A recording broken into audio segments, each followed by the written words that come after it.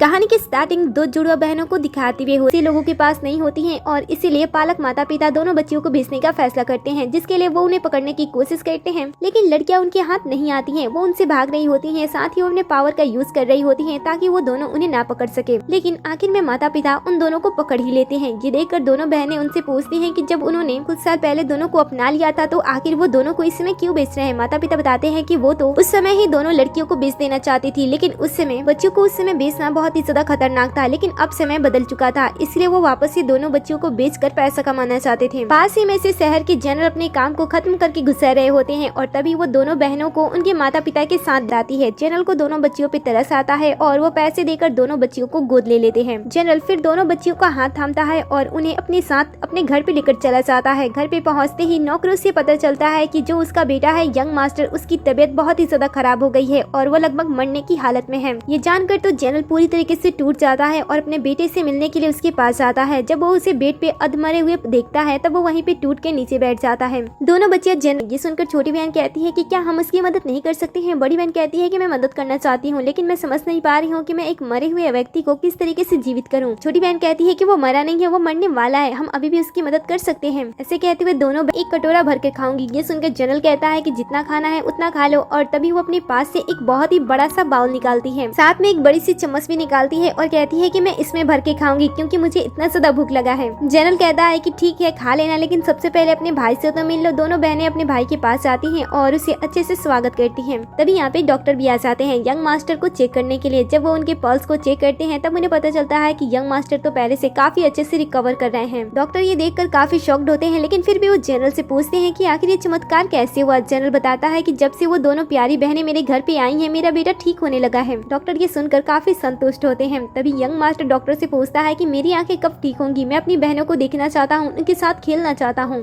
लेकिन डॉक्टर बताते हैं कि उनकी आंखें बीमारी की वजह से कभी भी वापस नहीं आ सकती है। ये सुनकर दोनों बहनों को भी बुरा लग रहा होता है, लेकिन तभी दोनों बहनें सांप को इधर देखकर भाग रही होती हैं। कुछ दूर जाने के बाद उन्हें अपने भाई का ख्याल आता है। जब वो पीछे पलट कर देखती हैं तब वो अपने भाई को बड़े से सांप के साथ देखती हैं।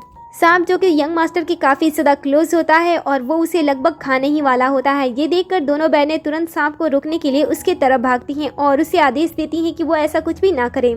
छोटी बहन तुरंत जमीन से एक छोटा सा ईंट का टुकड़ा उठाती है और उस विशाल सांप को मारने के लिए उसके आगे खड़ी हो जाती है ताकि वो सांप उसके भाई को नुकसान न पहुंचाए। और वो सांप पीछे भी हट जाता है, लेकिन अगले ही पल वो अपने फन फैलाने लगता है, जिसे देखकर छोटी बहन डरने लगती है। छोटी बहन को सांप से यूं डरते हुए देखकर वो कि उसने उन्हें खाने की साहस की थी, वो गल तो इसी चीज के लिए यहाँ पे आई थी। फिर वह दुर्लभ जड़ी बूटी लिंगसी के कुछ टुकड़े तोड़ती है और अपने यंग मास्टर भाई के मुँह में डाल देती है। छोटी बहन भाई की आँख से पट्टी हटाती है और फिर बड़ी बहन वापस से कुछ मैजिक का यूज करती है। थोड़ी देर के अंदर धीरे धीरे यंग मास्टर की रोशनी वापस आ जाती है और वो सभी चीजें आसानी से साफ साफ सभी चीजें देख पा रहा होता है और फिर वो अपने दोनों बहनों को देखकर खुश होता है और दोनों को गले से लगा लेता है। तभी यहाँ पे जनरल भी उन सभी को आवाज देते हुए आता है। तभी जनरल की नजर इन तीनों पे पड़ती है और वो तुरंत इनके पास आकर इन्हें डांट लगाने लगते हैं। और तभी यंग मास्टर बताता है कि उसकी आंखें ठीक हो गई हैं। ये सुनकर तो वो काफी खुश होते हैं और यंग मास्टर बताता है कि ये सारी चीजें इन दोनों की वजह से ही हुई है। साथ ही वो अपने पिता से कहता है कि आइंदा वो तीनों ऐसी खतरनाक जगह पे कभी भी नहीं आएंगे और वो उनसे माफी भी मांगते हैं।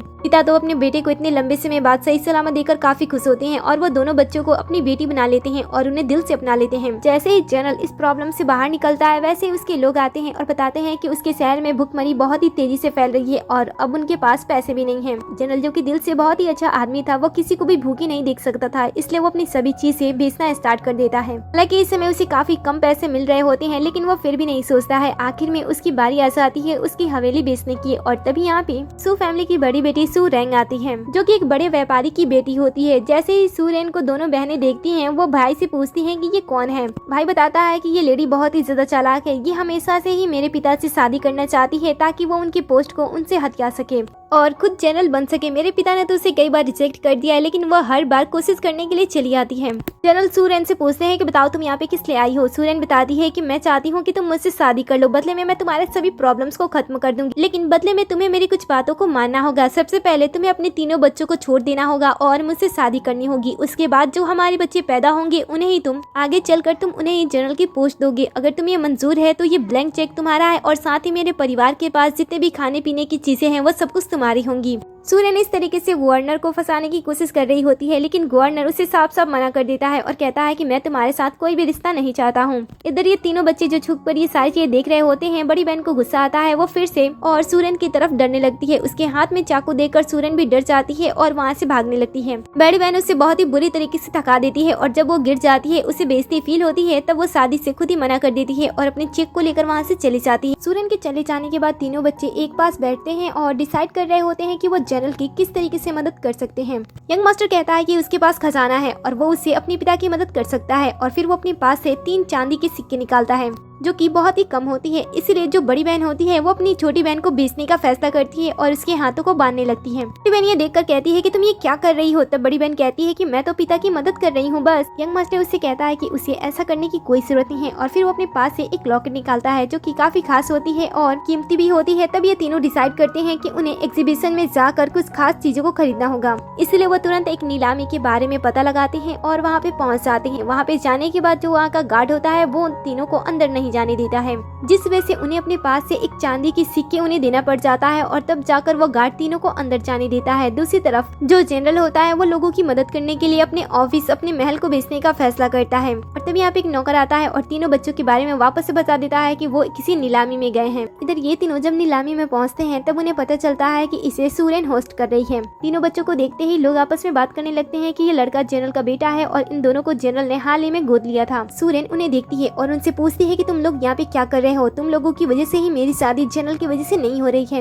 ये सुनकर तो तीनों बच्चे उसकी बेइज्जती करते हुए कहते हैं कि अगर तुम दुनिया की आखिरी महिला भी हुई ना तब भी मेरे पिता तुमसे शादी नहीं करेंगे, तुम तो सौतेली माँ की कैटेगरी में भी सबसे ज्यादा नीचे आती हो। ये सुनकर आसपास के जितने भी लोग होते हैं वो हंसने लगते हैं। सूर्यन को इससे बेइज्जती फील होती है, इसलिए वो जनरल को सबक सिखाने का फैसला करती है और इन्हें अपने गेम में फंसाने की तरकीब सोचने लगती है। वो तुरंत अपने नीलामी को स्टार्ट कर देती है जहाँ पे वो लोगों के सामने 3 खास सिप रखी होती है जिसकी कीमत बहुत ही ज्यादा होती है और इसके अंदर काफी सारे मोतियां भी होती हैं। जब ये तीनों भी इस शिप को देखने के लिए आगे बढ़ते हैं तब उन्हें पता चलता है कि सबकी कीमत बहुत ही ज्यादा है। उनके पास इतने पैसे नहीं है कि वह इन शिप को खरीद सके। यहाँ तक कि यहाँ का जो सबसे कम रेट का शिप है उसकी कीमत भी 3 चांदी के सिक्के हैं और इनके पास तो सिर्फ 2 चांदी के सिक्के हैं। तभी इनकी नजर वहीं पे नीचे रखे हुए कुछ शिप पे जाती है जो कि काफी बड़ी थी। यंग मास्टर उन्हें देखता है और बताता है कि इनकी कीमत बहुत ही ज्यादा कम है क्योंकि ये बेकार होती हैं, इनमें से कभी भी मोतियां नहीं निकलती हैं, इसलिए इन पे पैसा खर्च करना बेवकूफ़ी होगी। लेकिन जो बड़ी बहन होती है वो अपने पावर का यूज करती है और इनमें से एक सिप उठाती है जिसके ऊपर वो मैसी करती है और 2 चांदी के सिक्के में उसे खरीदती है। सूरन ये देखकर उसका मजाक उड़ाती है और कहती है कि तुम तीनों तो सच में बहुत ही ज्यादा बेवकूफ हो। लोग भी इन तीनों के ऊपर हंसकर इनका मजाक उड़ा रहे होते हैं। ये देखकर बड़ी बहन कहती है कि तुम सब क्या सोचती हो, जिस सिप को तुमने चूज किया है उसके अंदर से ही मोती निकलेगी। अगर किसी की भी हिम्मत हो रही है तो मेरे साथ शर्त लगाए। ये सुनकर सूरन कहती है कि कोई और क्यों, मैं ही तुम्हारे साथ शर्त लगाती हूँ। सूरन कहती है कि अगर तुम तीनों हारते हो तो तुम्हें अपने पिता की शादी मुझसे करानी होगी और मुझे $2 भी देने होंगे। बड़ी बहन कहती है कि ठीक है, लेकिन अगर हम जीत जाते हैं तो आपको मेरे पिता की मदद करनी होगी। जिन लोगों को भी खाने पीने की चीजें चाहिए उन्हें आप अपने गोदाम से खाने पीने की चीजें प्रोवाइड करोगे। ये सुनकर वो कहती है कि ठीक है और फिर दोनों एग्रीमेंट के लिए रेडी हो जाती हैं। तुरंत यहाँ पे एग्रीमेंट लाया जाता है। सूरन सबसे पहले उस पे साइन करती है और उसके बाद इन्हें देती है। वो पूछती है कि तुम में से कौन इस पे साइन करेगा। तीनों ही आगे बढ़ के साइन करने वाले थे। बड़ी बहन साइन करने के लिए आगे बढ़ती है और तभी यहाँ पे गवर्नर भी आ जाता है। जब तक वो यहाँ पे पहुँचता है तब तक बड़ी बहन ने उस कॉन्ट्रैक्ट पेपर पे साइन कर दिया होता है। जनरल को देखते ही सूरन शर्त के बारे में उसे भी बता देती है और कहती है कि अगर ये हार जाते हैं तो तुम्हें मुझसे शादी करनी होगी। ये सुनकर वो उसे कहता है शिप को ओपन करने के लिए एक पर्सन चाकू लेकर आता है। ये देखकर छोटी बहन उसे रोकती है और कहती है कि शिप को ऐसा नहीं खोला जाता है। सूरन ये सुनकर कहती है कि अच्छा, इसे खोलने का कुछ दूसरा भी तरीका होता है, जरा हमें भी तो दिखाना है। ये सुनकर वो कहती है कि हाँ क्यों नहीं। फिर वो आगे बढ़ती है और उस शिप के ऊपर 1-2 बार नॉक करती है और उसे खुलने के लिए कहती है। थोड़ी ही देर के अंदर वो शिप खुद ब खुद ओपन हो जाती है और उसके अंदर से एक बड़ी सी मोती दिखाई देती है जिसका साइज बहुत ही ज्यादा बड़ा होता है और वो देखने से ही बहुत ही ज्यादा दुर्लभ दिखाई दे रहा होता है। अब शिप के अंदर तो मोती निकली थी, इससे तो ये लोग जीत गए थे। लेकिन सूरन इतनी आसानी से हार नहीं मानती है। वो कहती है कि इस शिप से सिर्फ एक ही मोती बाहर निकली है। मैं इस शर्त को 20 से ही खारिज करती हूँ क्योंकि इसकी कीमत उतनी नहीं है जितना तुम सब बता रहे हो। अब इस तरीके से वो बेकार के आर्ग्यूमेंट क्रिएट करती है ताकि वो इस सारी चीजें रोक दे। इस वजह से वो बातों बातों में ही ये कह जाती है कि इनमें से सिर्फ एक मोती ही निकली है। इसके अंदर से अगर एक मोती से ज्यादा मोती निकलती हैं जो कि कीमती होती हैं तब मैं जाकर हार मानूंगी। ये सुनकर छोटी बहन कहती है कि अच्छा ऐसी बात है, इसके अंदर काफी सारी मोतियां निकल सकती हैं। ये सुनकर वो कहती है कि ठीक है, अगर इसके अंदर से 10-20 मोतियां बाहर निकलती हैं जो कि कीमती होती हैं तो मैं अपना वादा पूरे तरीके से निभाऊंगी। साथ ही अगर मैं इस बार हारती हूँ तो मैं जनरल को इतने पैसे दूंगी जिससे वो आसानी से अपने सैनिकों के लिए खाने पीने की चीजें खरीद सकते हैं। ये तो साफ साफ दिखाई दे रहा था कि ये घाटे का सौदा है, क्योंकि उस शिप में सिर्फ एक ही मोती दिखाई दे रही थी, लेकिन फिर भी छोटी बहन शर्त के लिए मान जाती है और कहती है कि ठीक है। जनरल इस बार भी अपने बच्चों का सपोर्ट करता है और फिर वो पर्सन सामने आता है उस मोती को बाहर निकालने के लिए, लेकिन जैसे उस मोती को उस शिप से बाहर खींचता है अचानक से रोशनी बाहर निकलती है और जैसे वो बड़ी सी मोती बाहर निकलती है उस शिप के अंदर से एक दो नहीं बल्कि कई सारी मोतियां निकलकर गिरने लगती हैं। लगातार उसमें से कई सारी मोतियां गिरती हैं जो कि इस बार 20-30 नहीं बल्कि उससे भी ज्यादा होती हैं। पूरा फर्श उस मोती से भर चुका होता है, चारों तरफ उस शिप की मोतियां ही गिरी होती हैं। भीड़ तो ये देखकर पूरी तरीके से दंग हो जाती है, क्योंकि उन्होंने आज से पहले किसी भी शिप के अंदर से इतना सारा मोती निकलते हुए नहीं देखा था। सभी मोती बहुत ही ज्यादा कीमती दिखाई दे रही होती है और लोग भी उन मोतियों को खरीदने के लिए इनसे रिक्वेस्ट करने लगते हैं। जनरल कहता है कि जो मेरी बेटी चाहती है वही होगा। बेटी भी उन सभी चीजों को बेचने के लिए राजी हो जाती है। ये सब देखकर सूरन यहाँ से निकलने का फैसला करती है, लेकिन जनरल उसे इतनी आसानी से जाने नहीं देता है। वो उसके ऊपर गन दान देता है और कहता है कि हारी हो, इस बार तो मैं इतनी आसानी से जाने नहीं दूंगा, जल्दी से अपने वादे पूरा करो। ये सुनकर वो डरते हुए अपने पास से चाबी निकालती है और इन्हें दे देती है, जो कि बड़े से राशन घर की चाबी होती है, जिससे कि जनरल अपने सभी प्रॉब्लम्स को दूर कर सकता है। इसके बाद वो सभी मोतियों को यहाँ मौजूद सभी लोगों के साथ बेच देता है और काफी सारा इसे प्रॉफिट भी हो जाता है। इस तरीके से जब वो अपने बच्चों को बिना क्वेश्चन किए उन्हें सपोर्ट करता है तब थोड़ी ही देर के अंदर उसे काफी सारा प्रॉफिट हो जाता है। वो अपने बच्चों को देखकर काफी खुश होता है और दोनों बच्चियों को गोद में उठा लेता है, क्योंकि खास करके दोनों बच्चियों की वजह से जनरल अपनी प्रॉब्लम से इतनी आसानी से बाहर आ चुका था। इसलिए वो दोनों बच्चियों को उनके पसंदीदा खाने की चीजें खिलाने के लिए वहाँ से लेकर चला जाता है। दूसरी तरफ सूरन जब घर पे पहुँचती है और इसके बारे में उसके पिता को पता चलता है तब उसके पिता अपनी बेटी पे बहुत ही ज्यादा गुस्सा करते हैं, क्योंकि उन्हें सूरन की वजह से भारी नुकसान सहना पड़ रहा है। वैसे वो अपनी बेटी पे बहुत ही ज्यादा गुस्सा होते हैं, लेकिन जब उन्हें पता चलता है कि ये सारी चीजें गू फैमिली की वजह से हुई है, मतलब कि जनरल के परिवार की वजह से हुई है, तब वो सारा का सारा गुस्सा जनरल के परिवार के ऊपर निकालने लगते हैं, क्योंकि ये भी बहुत पहले से जनरल की पोस्ट को लेना चाहते थे, लेकिन जनरल के परिवार की वजह से उनके हाथ में कभी भी जनरल का पोस्ट नहीं आया।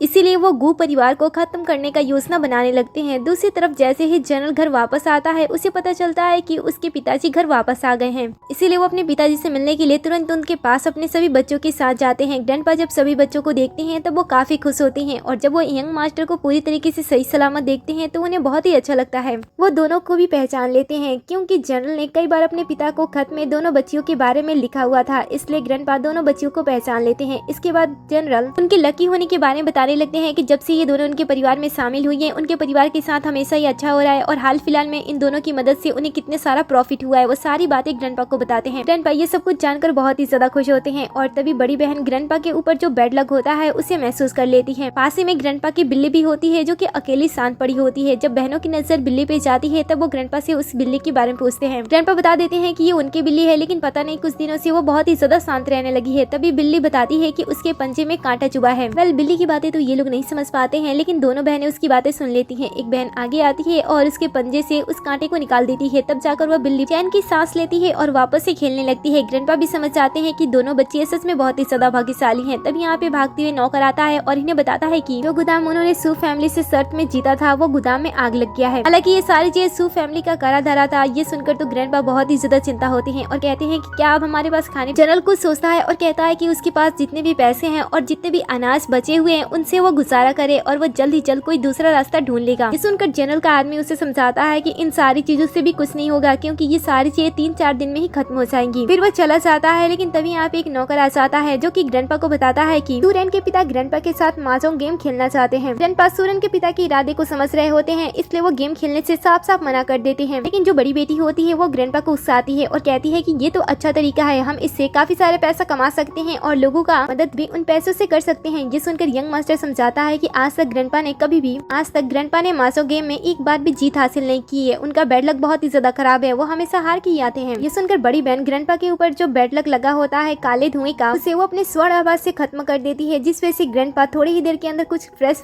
महसूस करते हैं और कहते हैं कि मैं खेलूंगा। उसके बाद वो अपने नौकर से कहते हैं कि जाओ उसे कह दो मैं खेलूंगा, क्योंकि आज मेरी पोती मेरे साथ है। बच्चे ग्रैंडपा का हौसला बढ़ाते हैं और ग्रैंडपा भी उनके साथ गेम खेलने के लिए राजी हो जाते हैं और फिर वो सभी बच्चों के साथ गेम खेलने के लिए आगे बढ़ते हैं। थोड़ी ही दूर पे उन्हें सूरन के पिता दिखाई दे देते हैं और वो उनके साथ गेम खेलने की बात कहते हैं। ग्रैंडपा भी मान जाते हैं और अपने सभी पोते पोतियों के साथ उनके साथ गेम खेलने के लिए चले जाते हैं। यहाँ पे इनके काफी सारे दोस्त भी आए होते हैं और कुछ ही देर के बाद गेम स्टार्ट हो जाता है। सभी लोग पहले की तरह ही ग्रैंडपा के बारे में सोच रहे होते हैं कि आज पता नहीं वो कौन कौन सी चीज हार के वापस आएगा। लेकिन ग्रैंडपा उन सभी को बताते हैं कि आज मेरे पोते पोतियां मेरे साथ है, मेरा भाग्य बहुत ही अच्छा होने वाला है और मैं सबको हरा दूंगा। कोई भी इनकी बातों पे भरोसा नहीं करता है और सभी इनका मजाक उड़ा रहे होते हैं। ये देखकर यंग मास्टर अपने पास से 3 चांदी के सिक्के निकालता है और ग्रैंडपा को दे देता है गेम खेलने के लिए। और बड़ी बेटी भी अपने भाग्य के कुछ अंश ग्रैंडपा के ऊपर ट्रांसफर कर देती है, जिस वजह से वो पहले से 1000 गुना ज्यादा लकी हो जाते हैं। गेम स्टार्ट होता है और थोड़ी ही देर के अंदर ग्रैंडपा अपनी पहली जीत हासिल करते हैं। अपनी पहले जीत से वो काफी खुश होते हैं और सभी से कहते हैं कि मैंने कहा था ना कि मेरे पोते पोती मेरे लिए बहुत ही ज्यादा भाग्यशाली हैं। और फिर वो अपना गेम कंटिन्यू कर देते हैं। थोड़ी ही देर के अंदर ग्रैंडपा अपने सभी दोस्तों के साथ सूरन के पिता को भी बहुत ही बुरी तरीके से हरा रहे होते हैं। सारी बाजी सिर्फ और सिर्फ वही जीत रहे होते हैं और लगभग आधे 1 घंटे तक ये गेम चलता है और उतने ही दिन में ग्रैंडपा सभी को हरा देती है। खेल खत्म हो जाने के बाद सभी दोस्त एक एक करके वहाँ से चले जाते हैं और दोनों पोतियां पैसे को काउंट करने लगती हैं। उन्हें पता चलता है कि वो 3 चांदी के सिक्के का यूज करके 10,000 चांदी के सिक्के कमा चुकी हैं, जिस वजह से सभी काफी खुश हो रहे होते हैं। लेकिन जो सूरन के पिता होते हैं उन्हें अपनी हार बिल्कुल भी पसंद नहीं आती है, इसलिए वो इनकी खुशियों को तबाह करने की कोशिश करते हैं और कहते हैं कि क्या फायदा, तुमने 2 पोतियों को गोद लिया है लेकिन तुम्हारी अपनी बेटी तो अभी भी पागल है ना। ये सुनकर तो ग्रैंडपा को बहुत ही ज्यादा गुस्सा आता है, लेकिन वो ज्यादा कुछ नहीं कहते हैं, वहाँ से चुपचाप निकल जाते हैं। बाहर आते टाइम भी वो बहुत ही ज्यादा शांत होते हैं, जो कि दोनों बहनें इस चीज को नोटिस करती हैं और इसके बारे में अपने भाई से पूछती हैं। यंग मास्टर बताता है कि ग्रैंडपा की एक बेटी थी जो कि शहर की सबसे ज्यादा सुंदर महिला थी और पार्लियामेंट हाउस भी उनका था, लेकिन 5 साल पहले किसी ने उन्हें नशीला पदार्थ दे दिया, जिस वजह से वो मानसिक रूप से बीमार हो गए।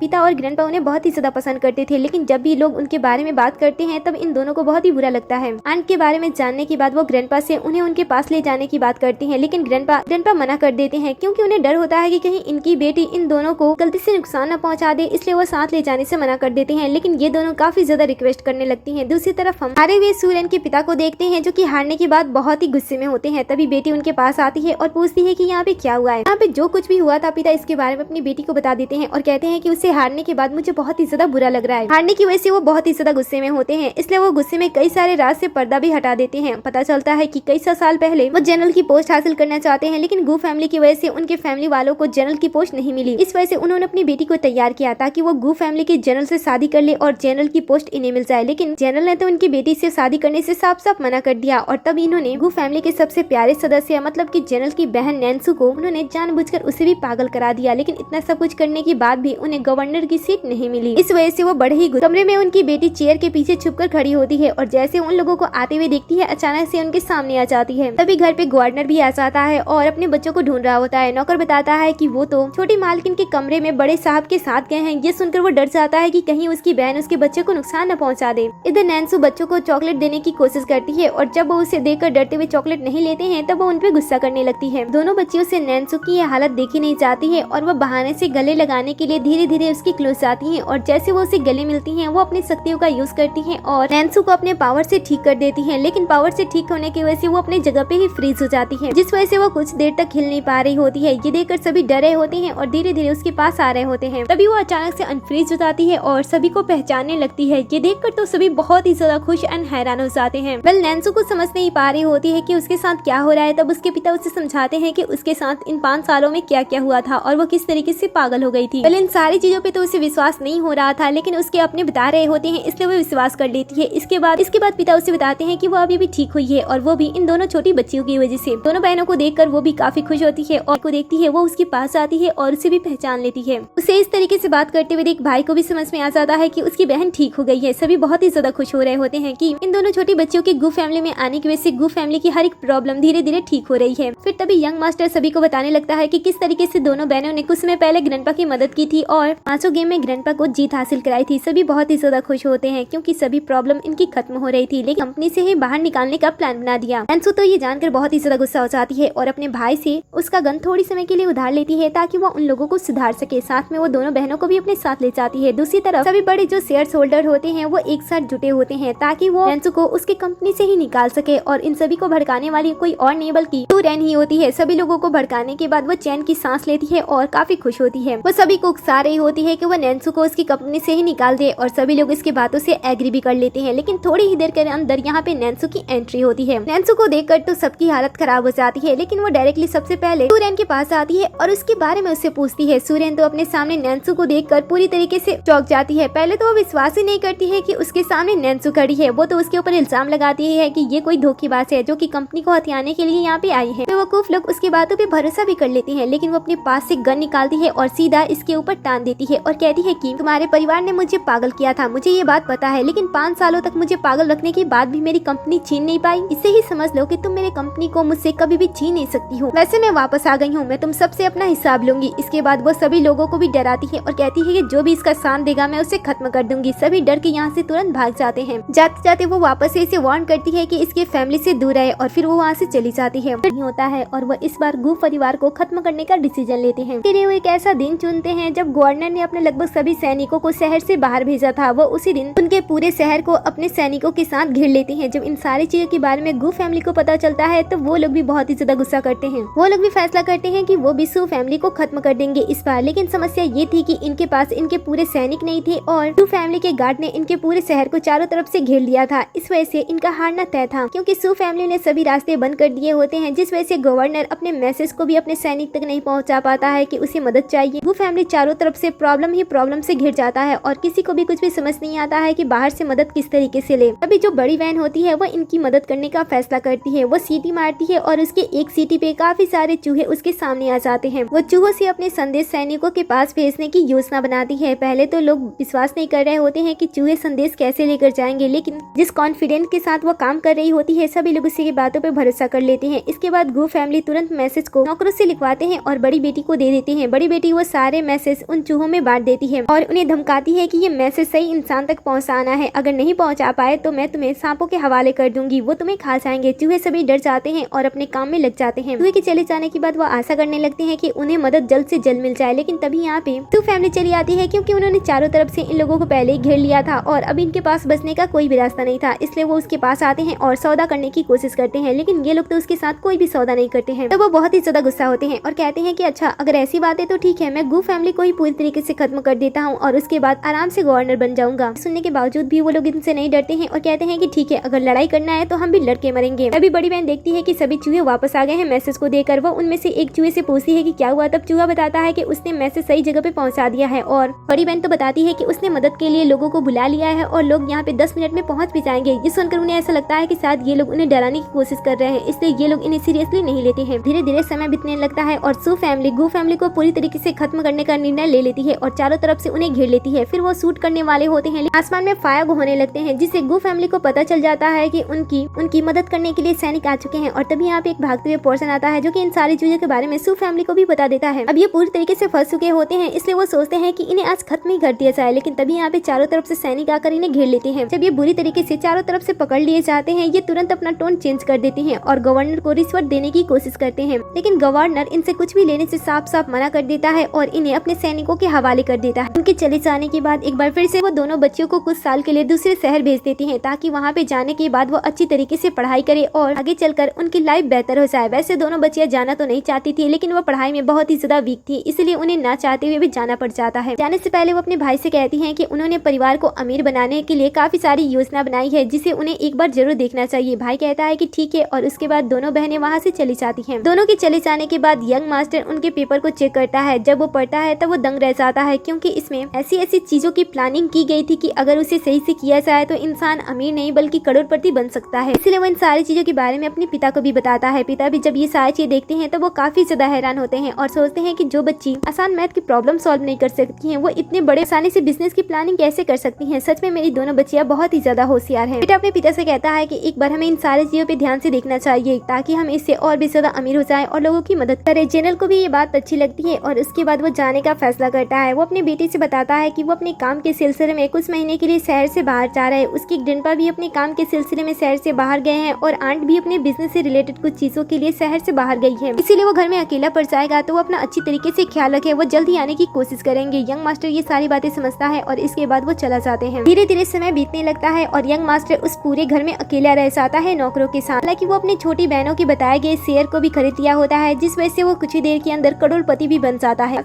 अब उसके और उसके परिवार के पास पैसों की कोई भी कमी नहीं थी, लेकिन काम की वजह से सभी पर्सन को घर से दूर रहना पड़ता था। हालांकि कभी कभी गवर्नर के बारे में उनके लोग आकर यंग मास्टर को बता दिया करते थे कि वो कैसे हैं। इस बीच जब घर पे कोई भी नहीं था, तब यंग मास्टर उस समय सबसे ज्यादा अपनी माँ को मिस कर रहा था और उनके जेड पत्थर को देखकर उन्हें याद कर रहा था। उसकी माँ ने 5 साल पहले उसे ये जेड पत्थर दिया होता है और कहा होता है कि जब भी तुम मुझे मिस करना, इसे देख लेना और समझ लेना कि मैं तुम्हारे साथ हूँ। मास्टर की माँ को गुजरे 5 साल बीत गए थे। कुछ समय पहले इनके शहर पे दूसरे सैनिकों ने हमला किया था और तब इसकी माँ ने इसकी जान बचाने के लिए उन्हें अपने आप को सौंप दिया। यंग मास्टर अपनी माँ के बारे में पुरानी बातें याद करके अपसेट हो रहा होता है। तभी यहाँ पे घर का नौकर आता है जो कि उसके लिए नए कपड़े लाता है। नए कपड़े पे जो कारीगरी की गई होती है ब्लॉसम फ्लावर के साथ बर्फ को गिराते हुए दिखाना, उसे ये चीज हैरान कर देती है क्योंकि ये कारीगरी उसकी माँ की थी और उसकी माँ ही ऐसे ब्लॉसम फ्लावर के पास बर्फ की बूंदे बनाती थी। वो कपड़े पे बने कारीगरी को भी पहचान लेता है कि ये उसकी माँ की कारीगरी है और वो सोचता है कि कहीं जिस पर्सन ने इसे बनाया है कहीं वो उसकी माँ तो नहीं है ना। वो तुरंत इसके बारे में अपने नौकर से पूछता है कि इस कपड़े को कहाँ से लाया गया है। नौकर बताता है कि गवर्नर महल के पास में ही जो क्वीसी टावर है इसे वहाँ से लेकर आया गया है। ये सुनकर यंग मास्टर तुरंत उस ऑफिसर को बुलाता है जिसे उसके पिता ने उसकी हिफाजत के लिए उसके पास रखा था। वो तुरंत ऑफिसर से कहता है और उसे खाने की भी चीजें नहीं देते थे, इसलिए वो अपनी समस्या लेके गवर्नर ऑफिस जाने की कोशिश कर रही थी लेकिन वो वहाँ तक नहीं पहुँची थी और मालकिन को ऐसा लग रहा था कि शायद उसने कंप्लेन कर दिया है, इसीलिए जिस वजह से मालकिन बहुत ही ज्यादा गुस्सा होती है और अपना सारा का सारा गुस्सा इसके ऊपर निकाल रही होती है। दोबारा से सर पे चोट लगने की वजह से यंग मास्टर की माँ को उसकी पुरानी सभी बातें याद आ जाती हैं, लेकिन वो घायल होती है, वो कुछ कह नहीं पा रही होती है और अपने खून से जमीन पे लिखकर बताती है कि वो गवर्नर की वाइफ है, लेकिन ये लोग उसकी बातों पे भरोसा नहीं करते हैं। तभी यहाँ पे यंग मास्टर आ जाता है जो कि मालकिन से मिलने के लिए कहता है। वो मिलने के लिए जाती तो है लेकिन अपने बेटे से कहती है कि इसे यहीं पे रखना, कहीं इसके बारे में किसी को पता चल जाएगा तो हमें सजा मिलेगी। वो उसे रूम में लॉक कर देता है और बाद में ये लोग यंग मास्टर से मिलते हैं। यंग मास्टर को देखते ही वो उससे पूछते हैं कि वो यहाँ पे क्या कर रहा है। तब यंग मास्टर बताता है कि वो उनसे मिलने के लिए उनके शॉप में गया था लेकिन वो लोग उसे वहाँ पे नहीं मिले थे, इसलिए वो मिलने के लिए यहाँ पे आ गया है। तो उसके काम के बारे में पूछता है, उसके वर्कर के बारे में पूछता है और कहता है कि मैं आपके वर्कर को देखना चाहता हूँ। थोड़ी देर के अंदर मालकिन अपने सभी वर्कर को वहाँ पे लाती है। मास्टर जब देखता है कि वर्कर में उसकी माँ नहीं है तब वो सभी को जाने देता है और फिर वो अपने पास से रुमाल निकालता है और मालकिन से पूछता है कि बताओ इसके ऊपर कढ़ाई किसने की थी। मालकिन उसकी माँ के बारे में कुछ बताना नहीं चाहती थी, इसलिए वो झूठ बोलती है और कहती है कि इसके ऊपर मैंने ही कढ़ाई की है। यंग मास्टर तुरंत कहता है कि इसके ऊपर जो डिजाइन बना हुआ है वो मेरी माँ बनाती थी। ये सुनकर तो वो शॉक्ड हो जाती है कि आगे वो क्या झूठ बोले। तभी वो दूसरा झूठ बोलती है और कहती है कि ये सारी चीजें तो मैंने आपकी माँ से सीखी थी,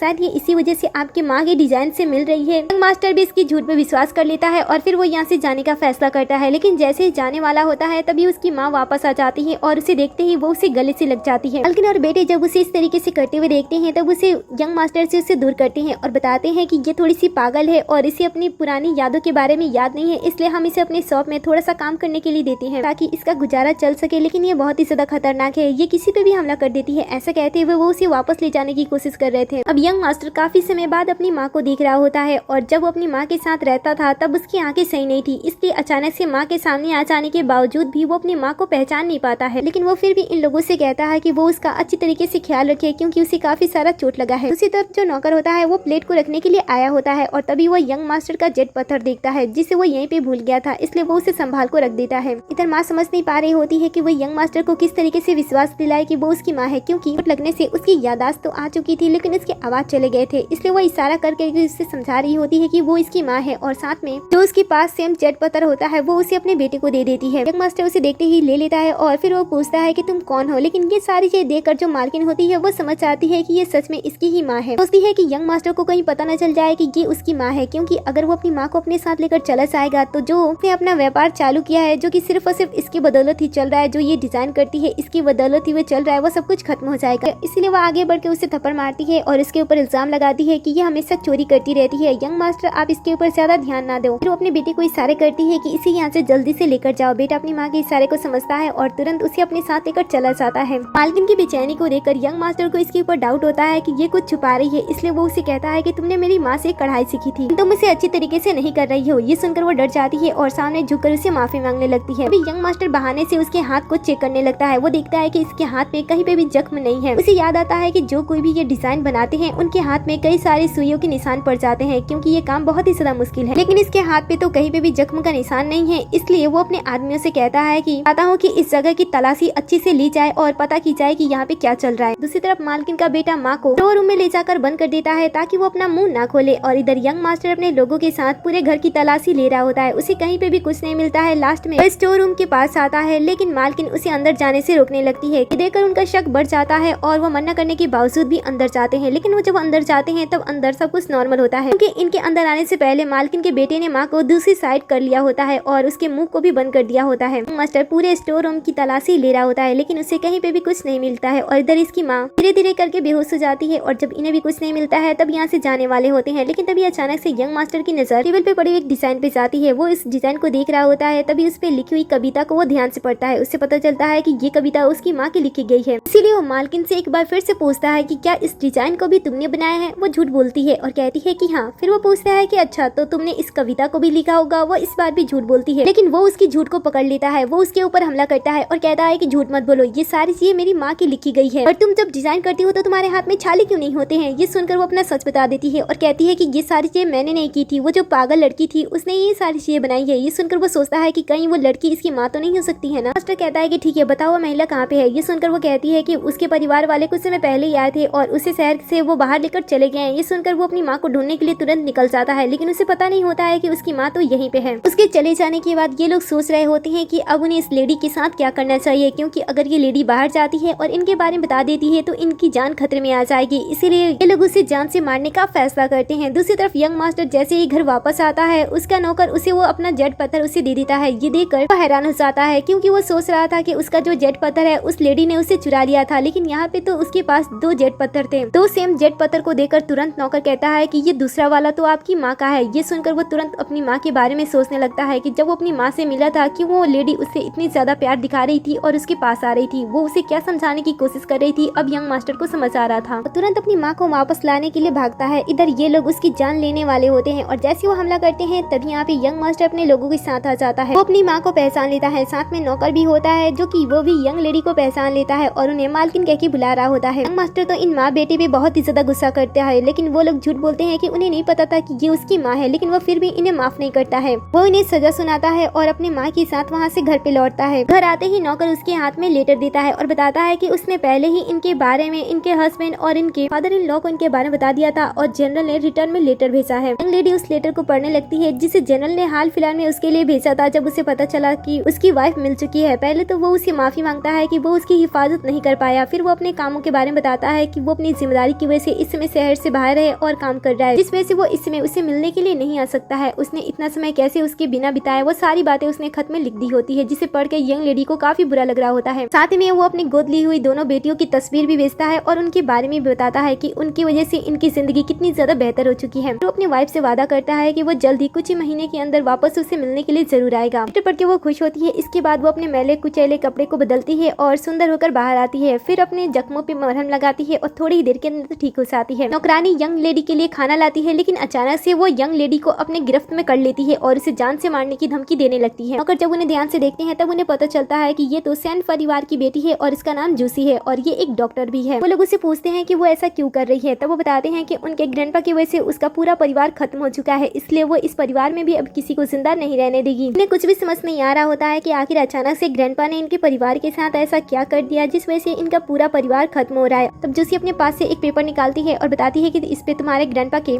मोहर है। उन्होंने आदेश दिया था कि अगर मैं उस गुंडे से शादी नहीं करती हूँ तो वो लोग मेरे पूरे परिवार को खत्म कर सकते हैं। ये सुनकर तो वो काफी हैरान होते हैं। वो पहले उसके पेपर की जांच करते हैं और उन्हें पता चलता है कि ये पेपर तो नकली है। फिर वो जूसी को अपनी बातों पे यकीन दिलाने के लिए अपने ग्रैंडपा के रियल स्टैम्प उन्हें दिखाते हैं और फिर दोनों में डिफरेंस दिखाते हैं। जूसी शॉक्ड हो जाती है, क्योंकि कुछ समय से एक गुंडा इसके पीछे पड़ा था और वो उसे शादी करने के लिए फोर्स कर रहा था, और जब उसने शादी से मना कर दिया था तब उसने ये झूठे पेपर दिखाकर उसके घर, उसकी प्रॉपर्टी, सारी चीजें हथिया ली और उसके सभी परिवार वालों को भी मार दिया। आखिर में बस उसका इकलौता भाई बचा है जो कि अभी भी वो उन्हीं लोगों के पास है। सारी बातें जानने के बाद यंग मास्टर इसकी मदद करने का फैसला करता है। इसी तरफ हम उसी गुंडे को देखते हैं जो कि जूसी के भाई के साथ बहुत ही ज्यादा गलत कर रहे होते हैं। उसे बुरी तरीके से पीटे होते हैं और उसे खाने के लिए भी चीजें नहीं दे रहे होते हैं। उनके पास एक नकली मोहर भी होता है जिसका यूज करके उन्होंने काफी सारी चीजें हासिल कर ली होती है।